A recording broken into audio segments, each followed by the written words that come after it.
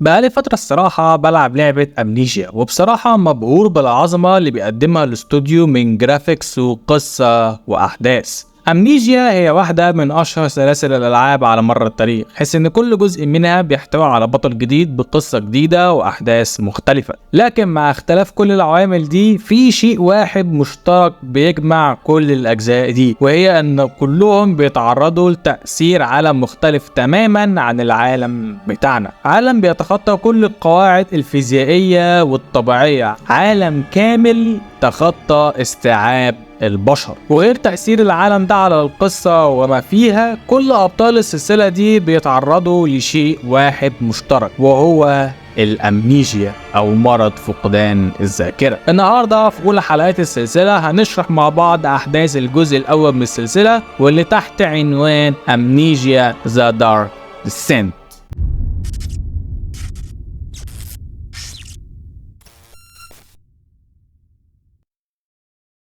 سنة 1839 بتبدأ معانا أحداث أول جزء من السلسلة بشخص اسمه دانيال بيصحى يلاقي نفسه في قلعة مظلمة غريبة، مش فاكر أي حاجة عن ماضيه، مش فاكر هو مين أو جه القلعة ازاي. كل اللي دانيال فاكره إنه اسمه دانيال، اتولد في لندن، وإن في وحش بيطارده لسبب ما هو يجهله. دانيال أو اللاعب بيقرر إنه يتجول جوه القلعة على أمل إنه يفهم أي حاجة. أثناء التجول دانيال أخد باله إن في سائل وردي مرمي على الأرض في أماكن معينة من القلعة. هنا دانيال قرر إنه لازم يتتبع السائل ده ويشوف هيوديه فين. وفعلا السائل وصل دانيال لمكتب عليه ورقة مكتوبة بخط الإيد. دانيال لما بيمسك الورقة وبيشوفها بيندهش. الخط اللي مكتوب بيه الورقة دي أو الرسالة دي هو خط دانيال نفسه. في ظل الحيرة واللخبطة دي، دانيال بيقرر إنه يقرأ الورقة ويشوف جواها إيه. الخطاب ده بيكشف لينا إن دانيال نفسه هو اللي شرب السائل اللي بيتسبب في فقدان الذاكرة، لأنه كان عايز ينسى ذنب كبير هو عمله. دانيال طلب من نفسه إنه يدور على صاحب القلعة، شخص اسمه ألكسندر أوف بريننبرغ، ويقتله. في نهاية الرسالة دي دانيال بيفكر نفسه إن في وحش بيطارده، كيان غريب يدعى الظل أو الشادو. كان ده مش بيتشاف أو ممكن يتلمس، لأنه ملوش مخالب أو أنياب. وجوده أصلا في حياة أي شخص بيسبب له في كوابيس صعبة ومرعبة ومخيفة. بعد ما دانيال خلص قراية الخطاب، بدأ يفكر من خلال اللاعب إيه اللي لازم يعمله. هل لازم يلاقي ويقتل ألكسندر أوف بريننبرغ فعلا ولا لأ؟ وإيه هو الذنب الكبير اللي عمله بخلي الوحش ده يجري وراه؟ في ظل تفكيره أثناء تجوله جوه القلعة، دانيال بدأ يلاحظ وجود أشخاص تانيين جوه القلعة. لكن لما دانيال فكر إنه يقرب منهم، اتفاجئ واترعب من المنظر اللي هو شايفه. الأشخاص دي مشوهين بطريقة مرعبة، بحسهم عبارة عن أعضاء وأجسام تانية متخيطة ببعض بشكل بشع ومقزز، وفوق كل ده بيطاردوه وبيحاولوا إنهم يقتلوه بأي شكل. دانيال بيعرف يهرب منهم عن طريق الجري والاختباء في الغرف الكتيرة اللي جوه القلعة. في ظل ما دانيال بيمشي بيجمع مسكراته في كل أنحاء القلعة،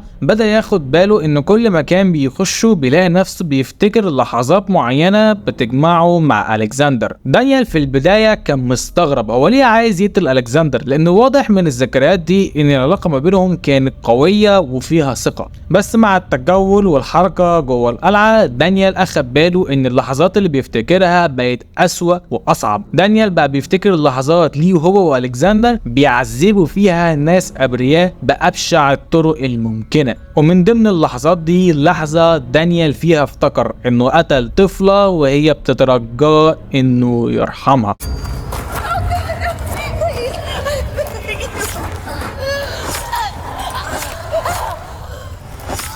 مع الذكريات الصعبة الكتيرة دي والمذكرات اللي دانيال بيجمعها، دانيال أخيرا جمع ذاكرته وعرف الماضي الأسود والذنب الكبير اللي هو عمله.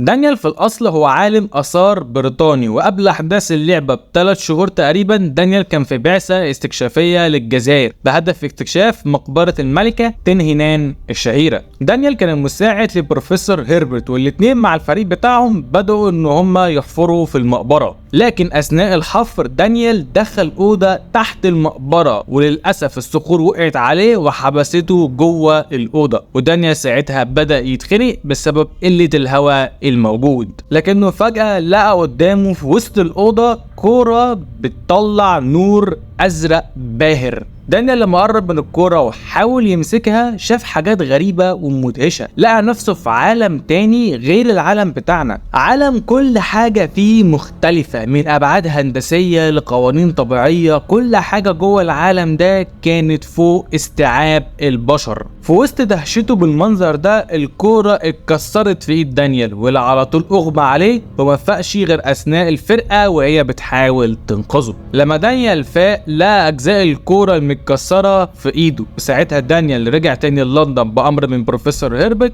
عشان يدرس الكرة دي، بينما هيربرت وباقي الفرقة هيفضلوا موجودين في الجزائر عشان يكملوا استكشاف باقي المقبرة. في لندن دانيال حاول يعيد تركيب الكرة مرة تانية، لكنه اتفاجئ ان اجزائها مش متوافقة مع بعض، كأنهم ما كانوش من نفس الحاجة اصلا، بل الاغرب ان الاجزاء دي مع الوقت بدأ شكلها ولونها يتغير. ساعتها دانيال راح زيارة لعالم جيولوجيا اسمه ويليام سميث علشان يساعده انه يفهم طبيعة الكرة دي، لكن سميث ما فادوش بأي حاجة. وبعدها على طول راح زيارة لعالم تاريخ اسمه بروفيسور تايلور، لكن للأسف تايلور ما فادوش بأي حاجة. وفي الوقت ده بقى دانيال كان بدأ يعاني من كوابيس مرعبة وفظيعة، وفي يوم من الأيام دانيال صحي من كابوس، لكنه اتفاجئ انه بقى عارف ازاي يركب أجزاء الكورة، ولما فعلا حطهم فوق بعض الكورة رجعت تاني سليمة. مع الوقت الكوابيس اللي كانت بتزور دانيال بقت أسوأ وأسوأ، لدرجة انه راح زيارة لدكتور نفسي اسمه دكتور تيت علشان يعالجه. اثناء فترة العلاج دانيال وصلت له مجموعة من الاخبار كانت زي الصعقة عليه حرفيا. دانيال سمع ان عالم الجيولوجيا ويليام سميث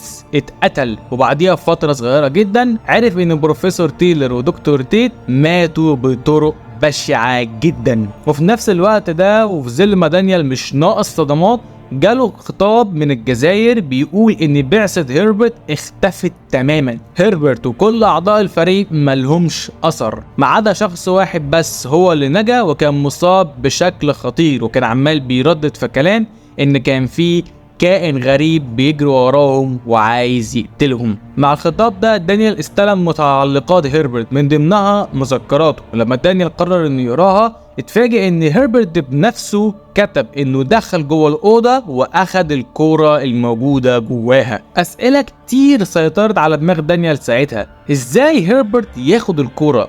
طب لو هيربرت اخد الكوره امال ايه الكوره اللي مع دانيال دلوقتي؟ هل في كورتين؟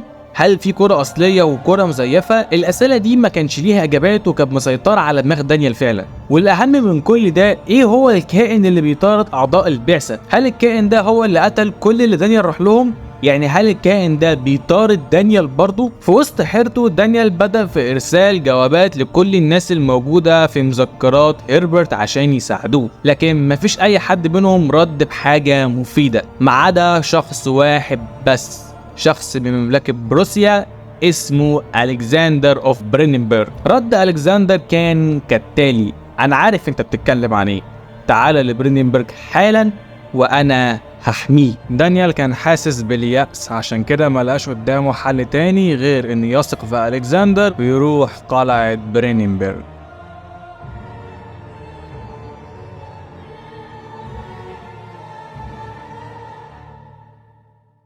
بمجرد وصول دانيال كان عنده أسئلة كتير لألكسندر، وفعلا ألكسندر بدأ يجاوب على أسئلته. الكيان الكوني اللي بيجري ورا دانيال هو حارس الكرة. الكائن ده مش بيعيش في الأبعاد اللي احنا نعرفها، الكائن ده هو الظل اللي بتسيبه الكرة وراها، واي شخص بيلمس الكرة من غير ما يكون عنده علم بوظيفتها الكيان ده بيطارده عشان يقتله بأبشع الطرق الممكنة. دانيال هنا سأل ألكسندر سؤال: طب لو رميت الكرة هل الكائن ده هيسيبني في حالي؟ ألكسندر رد قال لا، لأن الظل ده مجرد ما أي حد يلمس الكرة بيجري وراه علشان يقتله. سواء ساب الكرة او ما سابهاش. عشان كده الظل قتل الاساتذة والدكاترة اللي دانيال زارهم، لانهم ببساطة مسكوا الكرة ودرسوها. وهنا دانيال سأل الكسندر طب ايه هو الحل؟ والكسندر رد عليه وقال له كالتالي: في طقوس ممكن تتعمل عشان نطرد بيها حارس الكرة ونبعده بعيد عنك، لكن الطقوس دي هتحتاج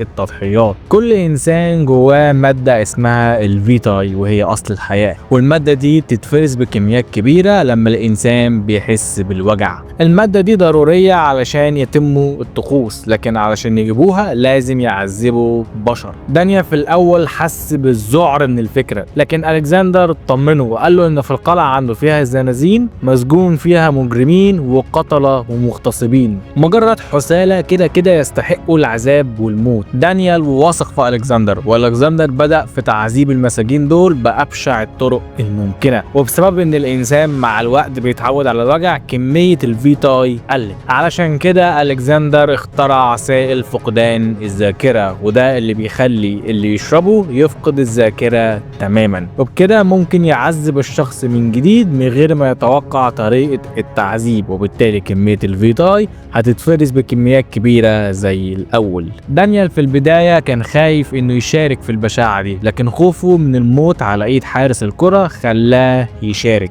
الخوف وثقته العمياء في الكسندر خلته يخسر إنسانيته تماما، لدرجة ان بعد ما المساجين خلصوا هو والكسندر راحوا القرية وخطفوا ناس من هناك، واللي كان من ضمنهم اطفال. وللاسف واحدة من الاطفال دي هربت من زنزانة، ودانيال اكتشف ده وبدأ يطاردها، ولما لقاها طعنها بالسكينة لحد ما ماتت. الحادثة دي اثرت بشكل كبير على دانيال ودمرت نفسيته وخلته يبدأ يفقد الثقة في الكسندر وينقلب ضده. ولما الكسندر لاحظ ده راح لأعمق مكان في القلعة واللي اسمه الحرم الداخلي، وبكده ساب دانيال بره لوحده علشان يواجه الموت على ايد الظل اللي بيطارده. وبسبب الخيانة دي دانيال اقسم انه هيقتل الكسندر انتقاما منه، لكن في نفس الوقت ده دانيال كانت نفسيته متدمرة تماما بسبب احساسه بالذنب الشديد على الحاجات البشعة اللي هو عملها. فدانيال هنا قرر انه يشرب سائل فقدان الذاكرة عشان ينسى تماما كل الحاجات اللي قام بيها ويعرف يطارد الكسندر بضمير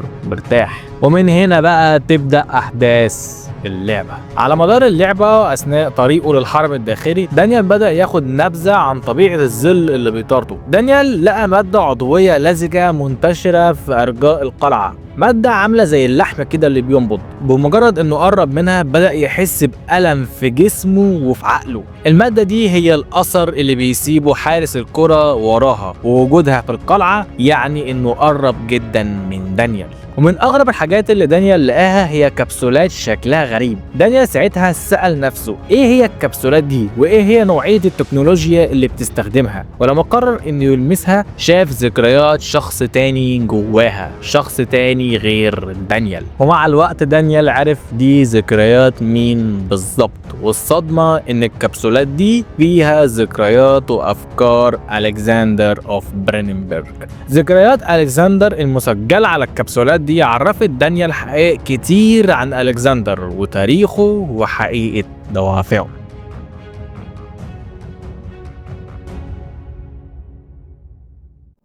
طول الفترة دي الكسندر كان بيكذب على دانيال. الطقوس اللي كانت بتتحضر بالكورة واستخراج الفيتاي بتعذيب الناس ما كانش هدفه طرد حارس الكورة، بل كان هدفها فتح بوابة لعالم تاني. الكسندر مش انسان اصلا، بل هو كائن جاي من عالم تاني غير عالم البشر، وبسبب ذنب معين هو عمله تم نفيه للعالم بتاعنا من مئات السنين. ومن الوقت ده الكائن ده بيحاول يرجع للعالم بتاعه من جديد عشان يعيش مع حبيبته هناك. علشان كده اتنكر على هيئة رجل أرستقراطي وأعاد بناء قلعة بريننبرج، وفضل يدعي إن أشخاص كتير من أجيال مختلفة بيورثوا بعضهم على مدار القرون، وحاليا هو بيعيش تحت اسم ألكسندر أوف بريننبرج.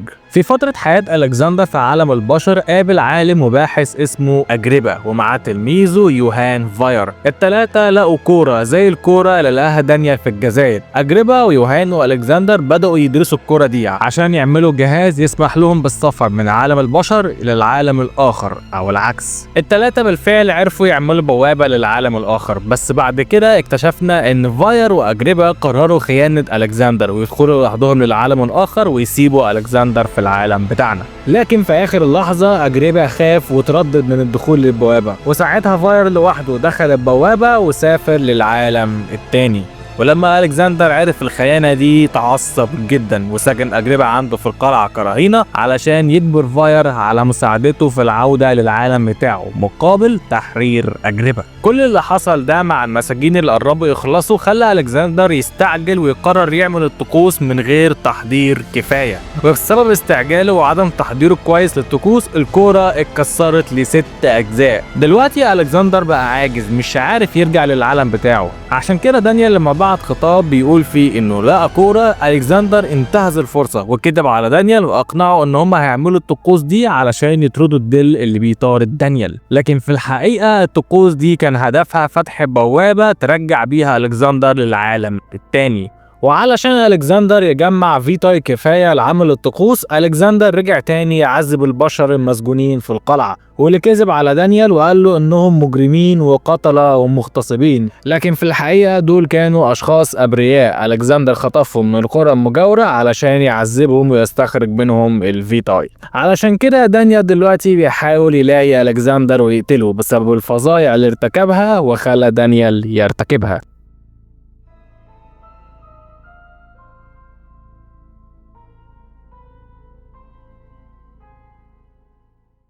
فطريق دانيال للحرم الداخلي جوه القلعة، دانيال لقى راجل هزيل متعلق من ايديه ورجليه. الراجل ده هو أجربا. ألكسندر دلوقتي خلى جسمه هزيل وشبه ميت. أجربا مش عارف يحرك أي جزء من جسمه وبيتكلم من خلال جهاز متوصل بيه. أجربا طلب من دانيال انه يحرره، لكن بسبب ان جسمه ميت تماما ومش عارف يتحرك الحل الوحيد هو انه يقطع راسه وياخدها معاه. وعلشان يقطع راسه من غير ما يقتله، دانيال عمل مصل باستخدام وصفة يوهان فاير كان باعتها لألكسندر في المحاولة لإنقاذ صديقه. دانيال خلى أجربا يشرب المصل وبعديها قطع راسه، وبالفعل راس أجربا فضلت صاحية بعد ما انفصلت عن جسمه. دلوقتي دانيال وأجربا عايزين يدخلوا الحرم، لكن بسبب ان ألكسندر واخد الكرة بتاعت دانيال اللي صلحها في اول الفيديو ودخلها جوه عشان يعمل بيها الطقوس ويفتح بيها البوابة، الحرم الداخلي بقى عليه عازل بيمنع اي حد من الدخول، والشيء الوحيد اللي يعرف يشيل العازل ده هو كرة تانية. وهنا أجربا قال لدانيال ان في كرة تانية ألكسندر كان كسرها قبل كده، ولحسن الحظ دانيال كان لسه فاكر ازاي يجمع الكرة. وفعلا دانيال وأجربا بعد بحث طويل عرفوا يجمعوا أجزاء الكورة، ودانيال ركبها وقدر يكسر بيها العازل ويخشوا للحرم الداخلي. بسبب الأحداث الأخيرة دي الوحش قرب جدا من دانيال وخلى كل حاجة عليه متغطية بالمادة العضوية اللزجة. دانيال فضل يصارع الظل لحد ما وصل للحرم الداخلي، وجواه شاف ألكسندر بيعمل الطقوس وعلى وشك إنه يفتح البوابة. هنا أجربا طلب من دانيال إنه يرمي راسه جوه البوابة عشان يمنع ألكسندر ويروح هو للعالم الآخر. هنا بقى اللعبة ليها 3 نهايات على حسب اختيار اللاعب. النهاية الأولى واللي تعتبر في نظري النهاية محايدة، وهي إن دانيال بيرمي راس أجربا جوه البوابة، وده بيتسبب إن أجربا هو اللي يروح للعالم الآخر والبوابة تتقفل وراه. طبعا ألكسندر صرخ من الحسرة، ووسط غضبه وصراخه الظل بيوصل وبيقتل ألكسندر، وبعدها على طول بيروح ناحية دانيال وبيهاجمه هو كمان. دانيال فقد وعيه والشاشة بقت سودة، لكننا بنسمع صوت أجربا في العالم التاني بيكلم تلميذه يوهان فاير وبيقول له أرجوك ساعد دانيال لأنه يستحق المساعدة. وساعتها يوهان فاير بيقول لدانيال ما تقلقش، كل حاجة هتكون على ما يرام، واللعبة بتنتهي. تاني نهاية واللي تعتبر هي أسوأ نهاية فيهم هي إن دانيال بيقرر إنه ما يعملش أي حاجة ويسيب الطقوس تستمر لحد النهاية، وساعتها ألكسندر بيفتح البوابة وبيوصل تاني لوطنه وبيقول لدانيال شكرا يا صديقي، تضحيتك دي مش هتتنسي ابدا. وفي اللحظه دي بيوصل الظل وبيقتل دانيال، واللعبه بتخلص بموت دانيال على ايد الظل اللي بيطارده. النهايه الثالثه واللي تعتبر هي افضل نهايه في نظري، وهي ان دانيال بدل ما يرمي راس اجربه بيعطل الطقوس تماما، وبيتسبب في ان البوابه تتقفل ويمنع اي شخص انه يروح هناك. دانيال عمل كده من خلال انه كسر الاعمده اللي كانت بتفتح البوابه، وده تسبب ان البوابه تتقفل قبل ما اي حد يخشها. وهنا الظل بيوصل للاوضه وبيخشها وبيتوجه على طول ناحيه الكسندر وبيقتله، لكن لسبب ما دانيال ما فهموش، الكائن ساب دانيال واجربه في حالهم، ما قربش منهم. دانيال ساعتها استنتاج قال ان ممكن يكون الكائن سابه لانه دانيال كفر عن ذنبه لما وقف الكسندر واستغلاله للكوره. دانيال بعديها هرب من القلعه، والنهايه خلصت على دانيال وهو بيتكلم نفسه وبيقول ان اللي عمله ده مش هيغفر له الذنوب اللي هو عملها، بس على الاقل انتقم من الكسندر. دانيال ساعتها بقى شايف نفسه انه عمل القرار الصح. ايه النهايه الصح؟ بصراحه انا معرفش، والاستوديو ذات نفسه ما وضحش. الاستوديو ساب القرار في ايد اللاعب عشان يختار النهايه المناسبه ليه بس. وهنا نكون وصلنا لنهايه الفيديو. لو الفيديو عجبكم ما تنسوش تعملوا لايك وسبسكرايب للقناه وتفعلوا زر الجرس علشان توصلكم فيديوهاتي اول باول، واستنوني ان شاء الله في الحلقات الجديده من سلسله امنيجيا. وشكرا جدا ليكم، وسي يو ان ذا نيكست فيديو.